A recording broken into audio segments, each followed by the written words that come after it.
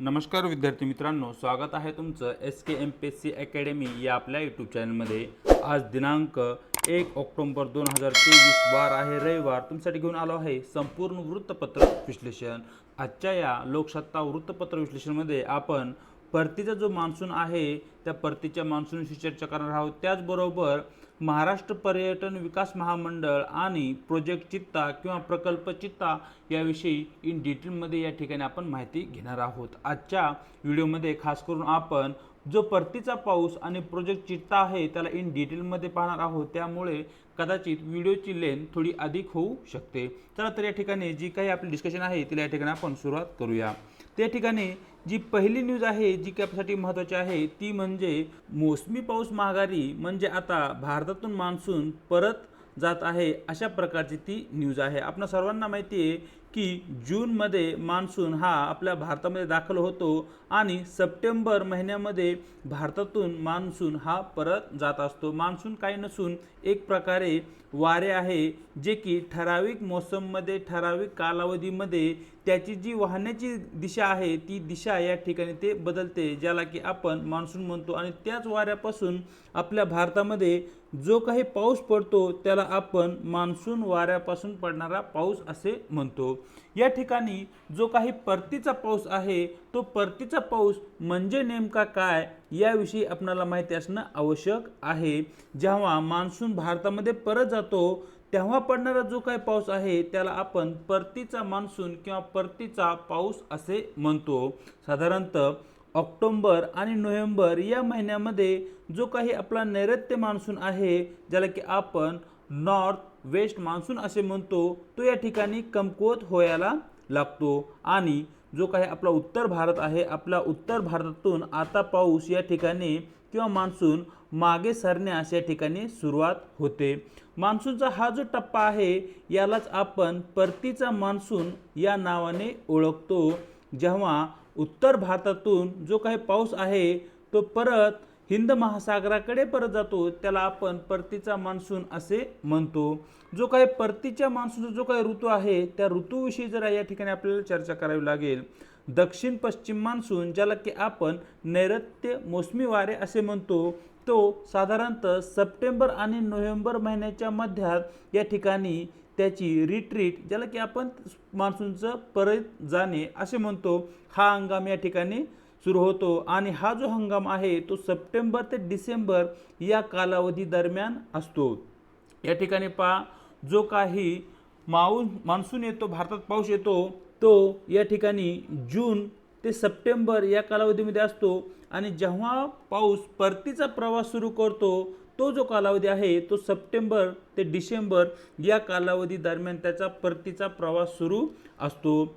नैऋत्य मान्सून पाऊस जो म्हणजे जूनमध्ये येतो तो पाऊस म्हणजे नैऋत्य मान्सून, तो डिसेंबरच्या मध्यात कोरोमंडलच्या किनाऱ्यावरून माघार घेतो। कोरोमंडलचा किनारा म्हणजे या ठिकाणी जो काही तमिळनाडूचा किनारा भाग आहे याला आपण कोरोमंडलचा कोस्ट असे म्हणतो। या कोस्टमधूनच म्हणजे डिसेंबरमध्ये या ठिकाणी मान्सून पूर्णपणे माघारी गेलेला असतो।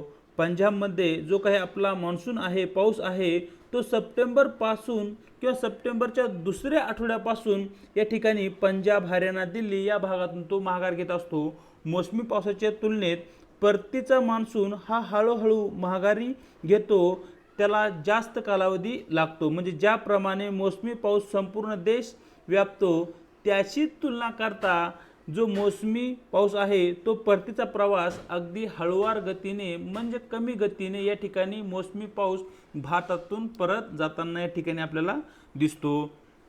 पुढच्या स्लाइडमध्ये आपण दोन पिक्चर पाहणार आहोत आणि त्या दोन पिक्चरच्या माध्यमातून सुरुवातीला आपण पाहूया की भारतामध्ये मान्सून कसा आणि केव्हा येतो। आपल्या सर्वांना माहिती आहे की मुंबईमध्ये 10 जूनच्या आसपास मान्सूनचं आगमन होतं किंवा पावसाचं आगमन होतं। त्याचबरोबर जे काही तमिळनाडू आहे, तमिळनाडूच्या किनारपट्टीवर 1 जूनलाच मान्सून आलेला असतो। मग जे काही मोसमी वारे आहे ते भारताच्या पश्चिम किनाऱ्याकडून ज्याला की आपण पश्चिम दक्षिण किनारा म्हणतो या भागाकडून भारताच्या भूभागावर या ठिकाणी मान्सूनचे वारे किंवा मान्सूनने वाहून आलेले जे काही वारे आहे त्यावर बाष्पयुक्त ढग असतात, ते ढग भारताच्या या पृष्ठभागावर अशा प्रकारे ते पसरायला सुरुवात होते, यालाच आपण मान्सूनचे आगमन असे म्हणतो। मग या ठिकाणी काही मान्सूनच्या शाखा आहेत, ही जी शाखा आहे याला आपण मान्सूनची पश्चिम शाखा असे म्हणतो, आणि या ठिकाणाहून जो काही मान्सून आपल्या भारत देशामध्ये दाखल होतो याला आपण मान्सूनची पूर्व शाखा किंवा बे ऑफ बेंगॉलची शाखा असे म्हणतो। या ठिकाणी जी मान्सूनची पश्चिम शाखा आहे, जिला की आपण अरबी समुद्रावरील मान्सूनची शाखा याही नावाने ओळखतो, मग अशा प्रकारे जो काही मान्सून आहे तो संपूर्ण देश या ठिकाणी व्यापताना दिसतो, आणि जून ते सप्टेंबर या कालावधीमध्ये भारताच्या मुख्य भूमीवर मोठ्या प्रमाणावर या ठिकाणी मोसमी वाऱ्यापासून पाऊस होताना आपल्याला दिसतो, तर याला म्हणतात मान्सूनचे आगमन। मग ज्या प्रकारे मान्सूनची सुरुवात होते, ज्या प्रकारे मान्सूनचे भारतामध्ये आगमन होते, अगदी त्याचप्रमाणे मान्सून हा भारतातून त्याचा परतीचा प्रवासी सुरू करतो। साईडच्या मॅपमध्ये ते तुम्हाला दिसत असेल, तर या ठिकाणी जे ॲरो आहेत ते मान्सून वाऱ्याची जी काही परतीची दिशा आहे ती परतीची दिशा या ठिकाणी आपल्याला दाखवत आहेत। म्हणजे या ठिकाणी जो काही दिल्ली, पंजाब, हरियाणाचा जो काही प्रदेश आहे, या प्रदेशामधून मान्सून परतीचा प्रवास सुरू करतो, आणि अशा प्रकारे हळूहळू तो संपूर्ण भारतातून निघून जातो। मग या ठिकाणी जो कोरोमंडलचा कोस्ट आहे, या ठिकाणी जो काही एरिया शॅडो केला आपल्याला दिसत आहे, या ठिकाणी सर्वाधिक पाऊस या परतीच्या पावसामुळे पडत असतो इन कम्पेअर टू अदर इंडियाचा जर आपण भाग पाहिला तर। या ठिकाणी जो परतीचा मान्सून आहे, या ठिकाणी परतीच्या मान्सूनचे वारे वाहताना बे ऑफ बेंगॉल म्हणजे बंगालच्या उपसागरावरून वाहते। या ठिकाणी या पाण्यावर जे काही बाष्पयुक्त ढगाची निर्मिती झाली आहे, ते ढग ही या भूभागावर आणले जातात, आणि या ठिकाणी मोठ्या प्रमाणावर या ठिकाणी पाऊस होतो। म्हणजेच या ठिकाणी सांगण्याचं एकच कारण, जो काही कोरोमंडलचा कोस्ट आहे किंवा तमिळनाडूचा जो काही किनारी भाग आहे, ते किनारी भागामध्ये एकूण 50% पाऊस हा परतीच्या मान्सूनमुळे पडतो। हा पॉईंट या ठिकाणी आपल्यासाठी महत्त्वाचा आहे। तर या साईडच्या पिक्चरमध्ये आपण मान्सूनचे आगमन कसे होते ते पाहितले, आणि या पिक्चरच्या माध्यमातून मान्सून हा भारतातून परत कशा प्रकारे निघून जातो हे या ठिकाणी पाहितलं। या ठिकाणी परतीच्या मान्सूनला विंटर मान्सून या नावानेही ओळखतात। डिटेलमध्ये पुढे आपण चर्चा करूया जो काही परतीचा मान्सून आहे त्याची। तर या ठिकाणी जेव्हा परतीचा मान्सून परत जातो त्या दरम्यान भारतामध्ये कशा प्रकारची स्थिती असते याचीही या ठिकाणी आपल्याला चर्चा करावी लागेल। जेव्हा मान्सून भारतामधून परत जातो तेव्हा आकाश पूर्णपणे मोकळे असते, म्हणजे या ठिकाणी आकाशामध्ये कसल्याही प्रकारचे ढग तुम्हाला दिसत नाहीत। या ठिकाणी आकाशामध्ये जे काही ढग आहेत ते पूर्णच्या पूर्ण गायब झाल्यामुळे या ठिकाणी निश्चितच जे काही तापमान आहे भारतामधील त्या तापमानामध्ये वाढ होते, ज्याला की आपण ऑक्टोबर हीट या नावाने ओळखतो। तुम्हाला माहित असेल की ऑक्टोबरच्या मंथमध्ये मोठ्या प्रमाणावर भारतामध्ये तापमान वाढ झालेली असते। याचं मुख्य कारण म्हणजे आकाशातून ढग पूर्णपणे गायब झालेले असतात, आणि यामुळे जो काही सूर्याचा प्रकाश आहे तो थेट पृथ्वीच्या पृष्ठभागावर पडतो, आणि यामुळे भारतामध्ये मोठ्या प्रमाणावर या दिवसामध्ये तापमान वाढ होते, ज्याला की आपण ऑक्टोबर हीट असे म्हणतो। जो काही बंगालचा उपसागर आहे त्या उपसागरामध्ये ऑक्टोबर नोव्हेंबर महिन्यात तीव्र उष्णकटिबंधीय चक्रीवादळे या ठिकाणी निर्माण होण्याची शक्यता असते। चक्रीवादळे म्हणजे अशा प्रकारे जी काही वाऱ्याची स्थिती असते त्यांना आपण चक्रीवादळे असे म्हणतो। मग ही जी चक्रीवादळे आहे ती बे ऑफ बेंगॉल किंवा बंगालचा जो काही उपसागर आहे त्या बंगालच्या उपसागरामध्ये या परतीच्या मान्सूनच्या काळादरम्यान म्हणजेच ऑक्टोबर आणि नोव्हेंबर महिन्यांच्या दरम्यान या ठिकाणी उष्णकटिबंधीय चक्रीवादळे निर्माण होण्याची शक्यता या ठिकाणी तुम्ही पाहू शकता। या ठिकाणी तापमान आणि जो काही हवेचा दाब आहे तो परतीच्या मान्सूनच्या कालावधीमध्ये कशा प्रकारचा राहतो याचीही माहिती असणं आपल्याला गरजेचं आहे। या काळात तापमान कमी असते। जेव्हा परतीच्या मान्सूनचा कालावधी असतो हा ऑक्टोबर, नोव्हेंबर आणि डिसेंबर या कालावधीमध्ये आपल्याला पाहायला भेटतो की ज्यावेळी भारतामध्ये हिवाळा असतो, अर्थातच या ठिकाणी तापमान कमी असते आणि आकाश निरभ्र म्हणजे आकाशामध्ये ढग नसतात।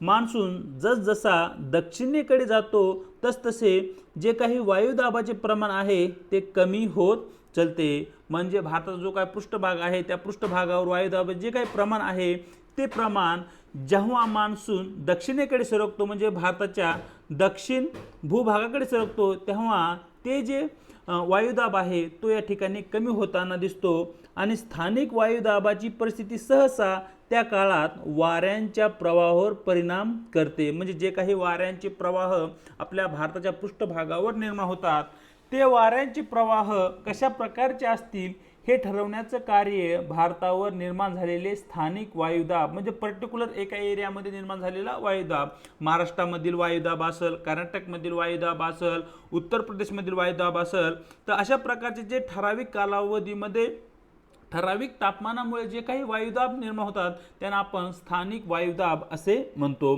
भारतातील मान्सूनच्या हंगामात आग्नेय ज्याला की आपण साऊथ ईस्ट मान्सून म्हणतो हा किनारपट्टीवर मोठ्या प्रमाणावर पाऊस पडतो, ज्याची की ऑलरेडी चर्चा आपण अगोदरच्या स्लाइड्समध्ये केलेली आहे. यावेळी उष्णकटिबंधीय चक्रीवादळे देखील निर्माण होतात, याची ही चर्चा या ठिकाणी आपण केली आहे.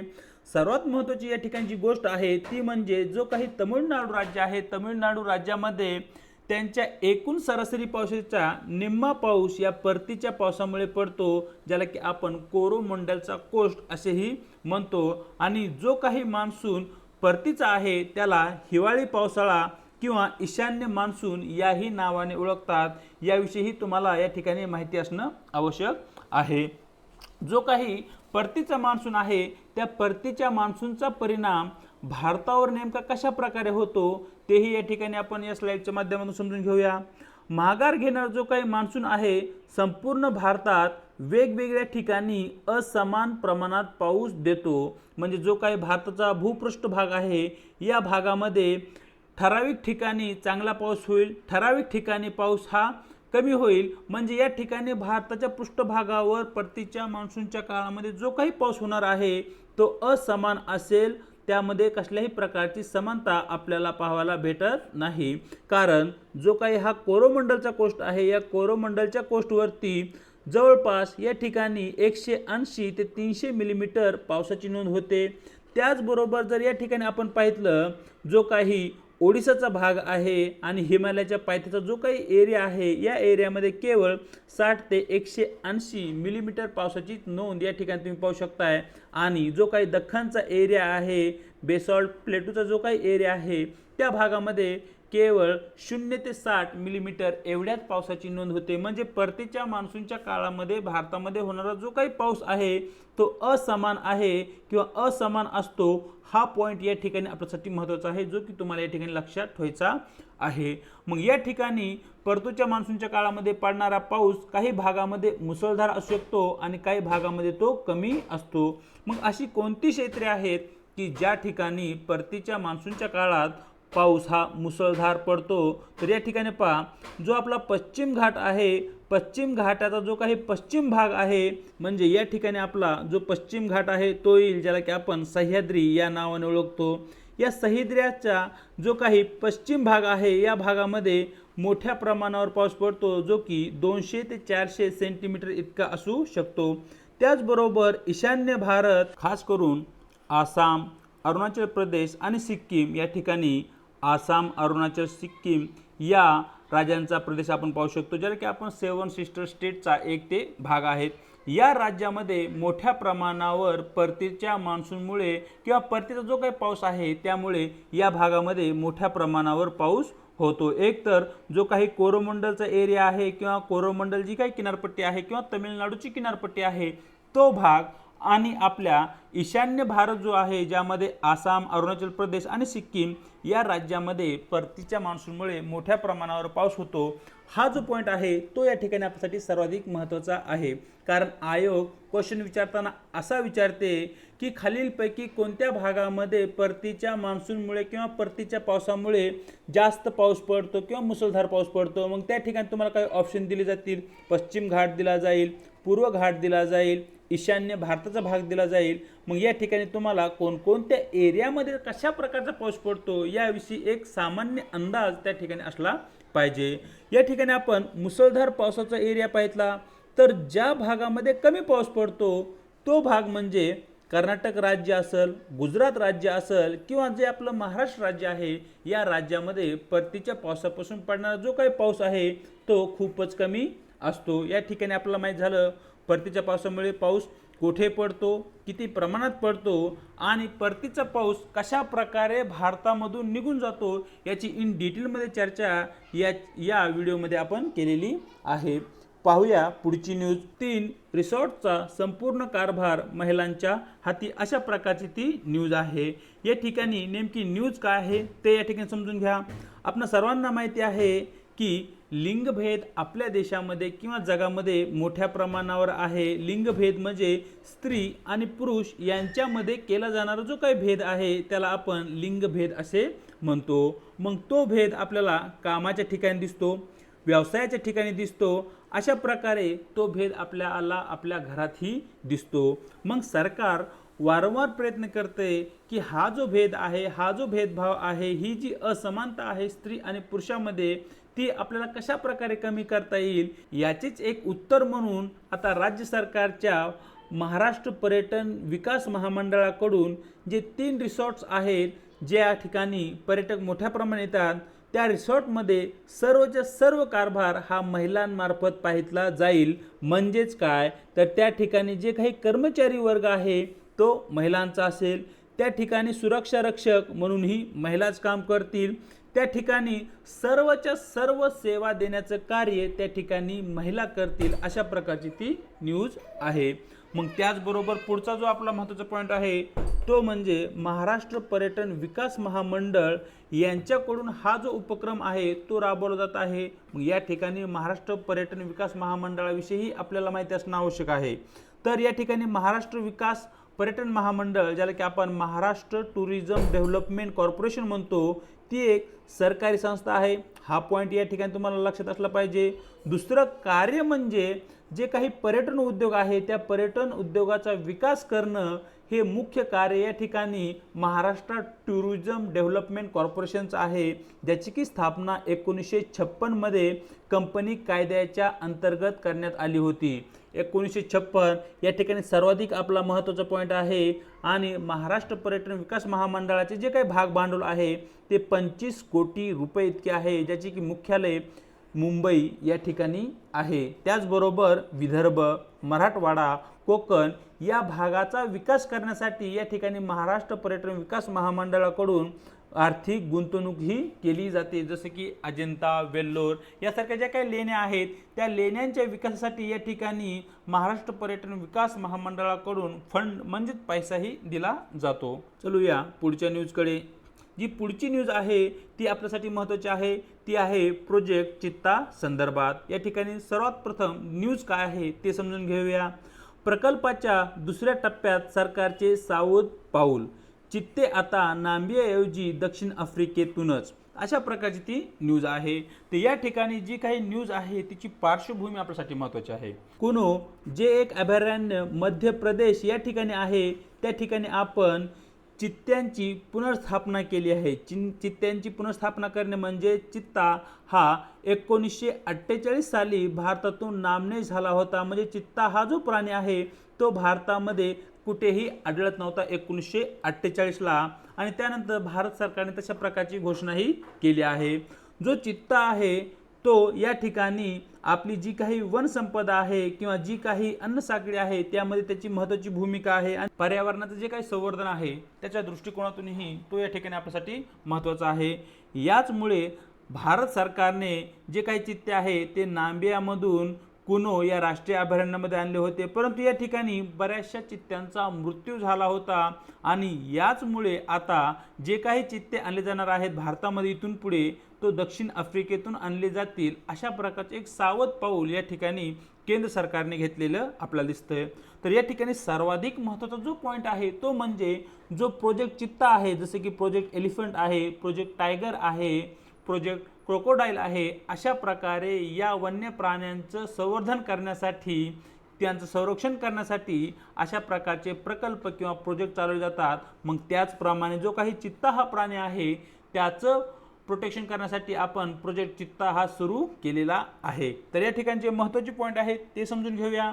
प्रोजेक्ट चित्ता हा जगातील पहिला आंतरखंडीय मोठा वन्य मांसाहारी स्थलांतरित प्रकल्प आहे। म्हणजे एका खंडामधून दुसऱ्या खंडामध्ये जो एक मोठा मांसाहारी वन्य प्राणी आहे त्याचं स्थलांतर करणारा प्रोजेक्ट चित्ता हा जगातील पहिलाच प्रकल्प आहे। हा पॉईंट या ठिकाणी आपल्यासाठी महत्त्वाचा आहे। प्रकल्पाचा जो काही उद्देश आहे तो उद्देश म्हणजे 1950च्या दशकात जो काही चित्ता नामने झाला होता त्या चित्त्याचे आपल्या देशामध्ये पुन्हा प्रस्थापन करणे किंवा पुन्हा त्या चित्तेला आपल्या देशामध्ये आणणे हा या प्रकल्पाचा मुख्य उद्देश असलेला या ठिकाणी आपल्याला दिसत आहे। अशा प्रकार जो काही उद्देश आहे तो पूर्ण करण्यासाठी भारत सरकारने त्याप्रमाणे प्रयत्नही केले आहे। जो काही चित्ता प्रकल्प आहे त्याची पार्श्वभूमी आणि त्याचा जो काही इतिहास आहे तो या ठिकाणी आपल्याला थोडक्यात पाहावा लागेल। मुघल काळामध्ये जर आपण पाहिलं तर जे काही चित्ते आहेत ते मोठ्या प्रमाणावर आढळत होते, परंतु त्या ठिकाणी मुघल काळामध्ये मोठ्या प्रमाणावर चित्त्यांची शिकारही केली जायची। परिणामी चित्त्यांची संख्या ही तीव्र गतीने किंवा अधिक जलद गतीने या ठिकाणी घटत गेली। सम्राट अकबराकडे असं मानलं जाते की जवळपास 1000 चित्ते हे सम्राट अकबराकडे होते। मध्य भारतामध्ये विशेषतः खास करून जो काही गल्लोरचा प्रदेश आहे त्या ग्वाल्हेरच्या प्रदेशात चित्ते पूर्वी मोठ्या प्रमाणावर आढळायचे आणि या ठिकाणी मोठ्या प्रमाणावर राजांकडून चित्त्यांची शिकार ही व्हायची। चित्ता नष्ट होणे किंवा भारतातून चित्ता केव्हा आणि कोणत्या प्रांतातून कशा प्रकारे नष्ट झाला याची ही माहिती या पॉईंटमधून आपण पाहू शकतो। तर सर्वप्रथम पहा 1948 हे जे वर्ष आहे ते आपल्यासाठी महत्त्वाचे आहे, जे की तुम्हाला नोट डाऊन करून घ्यायचं आहे। 1948 मध्ये छत्तीसगडच्या कोरिया जिल्ह्यातील सालच्या जंगलात देशातील शेवटचा जो काही चित्ता आहे त्याचा मृत्यू झाला। 1948 छत्तीसगडच्या कोरिया जिल्ह्यातील साल नावाचे जे काही जंगल आहे त्या जंगलातून देशातील शेवटचा चित्ता हा मृत्यू झाला। ही जी लाईन आहे ती खूपच आपल्यासाठी महत्त्वाची आहे। या लाईनचे सर्व पॉईंट हे आपल्यासाठी महत्त्वाचे आहेत। आणि 1952 मध्ये चित्ता हा जो वन्य प्राणी आहे तो देशातून नामने झाला आहे अशा प्रकारची अधिकृत घोषणा भारत सरकारने केली। छत्तीसगडमधील एका छोट्या संस्थानाचे शासक महाराज रामानुज प्रताप सिंग यांनी भारतातील शेवटचे जे काही जिवंत 3 चित्ते होते त्यांना या ठिकाणी गोळ्या घालून ठारही केले होते। हाही पॉईंट या ठिकाणी आपल्यासाठी महत्त्वाचा आहे जो की तुम्हाला माहिती असणं आवश्यक आहे, कारण आयोग यावर क्वेश्चन विचारू शकतं।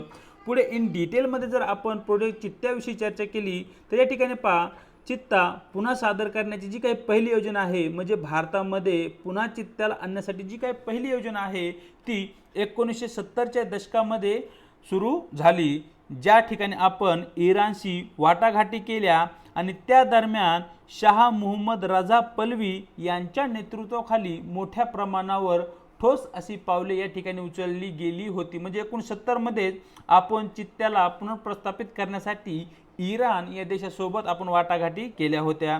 मग या ठिकाणी इराणमध्ये जे काही चित्ते होते ते आशियाई होते, म्हणजे भारत हा आशियाई देश आहे आणि भारतामधील चित्ते आणि इराणचे जे काही चित्ते आहेत यामध्ये मोठ्या प्रमाणावर समानता होती। याचाच अर्थ इराणमधील जे काही चित्ते आहेत ते भारतीय वातावरणामध्ये तग धरू शकतील, भारतीय वातावरणामध्ये त्यांचा विकास होऊ शकतो। मग या ठिकाणी जो काही इराण देश आहे, इराण देशाकडून आपण आशियाई चित्ते घेणार आहोत आणि त्या बदल्यात आपण इराण या देशाला आशियाई सिंह जे की आपल्याकडे गुजरातच्या गीर या अभयारण्यामध्ये आहेत ते या ठिकाणी आपण इराण या देशाला देणार होतो।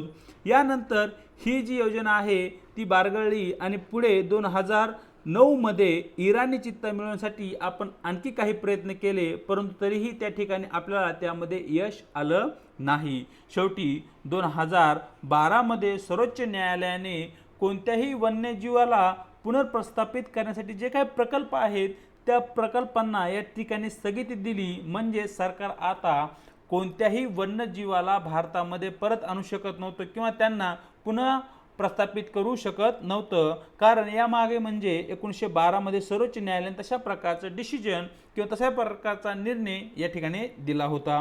2020 मध्ये दक्षिण आफ्रिकेच्या तज्ज्ञांनी 4 संभाव्य भारतातील ठिकाणांना भेट दिली, ज्यामध्ये कुनो पालपूर, नरादेवी वन्यजीव अभयारण्य, गांधीसागर वन्यजीव अभयारण्य आणि नंबर 4 माधव राष्ट्रीय उद्यान या 4 ठिकाणाची या तज्ज्ञ मंडळींनी पाहणी केली. 2022 मध्ये प्रकल्प चित्ता अधिकृतपणे पंतप्रधानांच्या हस्ते सुरू करण्यात आला. तर अशा प्रकारे जो काही प्रोजेक्ट चित्ता आहे त्याचा इतिहास इन संक्षिप्त रूपात आपण पाहितला. आणि सर्वप्रथम या ठिकाणी जो सर्वात या ठिकाणी आपल्यासाठी महत्त्वाचा पॉईंट आहे तो म्हणजे जो काही चित्ता आपण रिइंट्रोड्यूस केला आहे, त्याचं पुनर्स्थापन केलं आहे, ते भारतामध्ये कुनो पालपूर अभयारण्यामध्ये करण्यात आला आहे. आणि या ठिकाणी क्वेश्चन असं विचारला जाऊ शकतो की कुनो हे राष्ट्रीय अभयारण्य कोठे आहे, तर कुनो हे राष्ट्रीय अभयारण्य मध्य प्रदेश या राज्यामध्ये आहे, ज्याला की राष्ट्रीय उद्यानाचा दर्जा हा 2018 मध्ये देण्यात आला होता. तर अशा प्रकारे मित्रांनो इन डिटेलमध्ये आपण प्रोजेक्ट चित्ता असेल किंवा त्याचबरोबर इतरही ज्या महत्त्वाच्या बातम्या होतात त्यांना इन डिटेलमध्ये या ठिकाणी पाहिलं आहे. या ठिकाणी इन डिटेलमध्ये आपण 1 ऑक्टोबरचा जो काही आपला लोकसत्ता न्यूजपेपर आहे त्याला इन डिटेलमध्ये स्टडी केला आहे. यामध्ये ज्या महत्त्वाच्या बातम्या होत्या स्पर्धा परीक्षा दृष्टिकोनातून त्यांनाही या ठिकाणी आपण इन डिटेलमध्ये पाहिलं आहे. व्हिडिओ जर तुम्हाला आवडला असेल तर व्हिडिओला लाईक करायचे. व्हिडिओ संबंधी तुम्हाला काय वाटतं यासंबंधी कमेंट बॉक्समध्ये आम्हाला कळवायचे आणि त्याचबरोबर आपल्या व्हिडिओला आपल्या मित्रांसोबत शेअर करायचे आणि त्याचबरोबर न विसरता या ठिकाणी आपल्या यूट्यूब चॅनलला सबस्क्राईबही करायचं आहे. व्हिडिओच्या डिस्क्रिप्शन बॉक्समध्ये टेलिग्राम चॅनलची लिंक देण्यात आली आहे, त्या ठिकाणी तुम्ही आपल्या चॅनलचे टेलिग्राम चॅनल जॉईन करू शकताय. आज इथेच थांबत आहोत. भेटूया एका नवीन व्हिडिओसोबत.